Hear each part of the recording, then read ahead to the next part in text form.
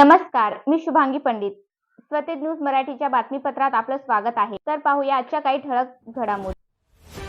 वंचित बहुजन आघाडीच्या वतीने दिलीप राठोड यांनी भरला उमेदवारी अर्ज.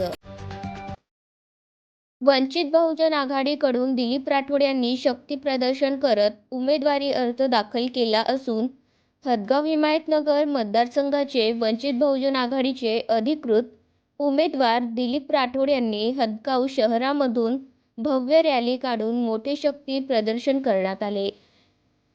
विधानसभेची उमेदवारी दिलीप राठोड यांनी आज अर्ज दाखल केला असून यामध्ये एससी, एसटी, ओबीसी समाजाचे कार्यकर्ते मात्र मोठ्या प्रमाणात दिसून आले आहेत. माध्यमांशी बोलताना दिलीप राठोड म्हणाले की जनता मला आशीर्वाद देणार, त्यामुळे निश्चितच जनता मला विजयाच्या दिशेने नेणार आहेत.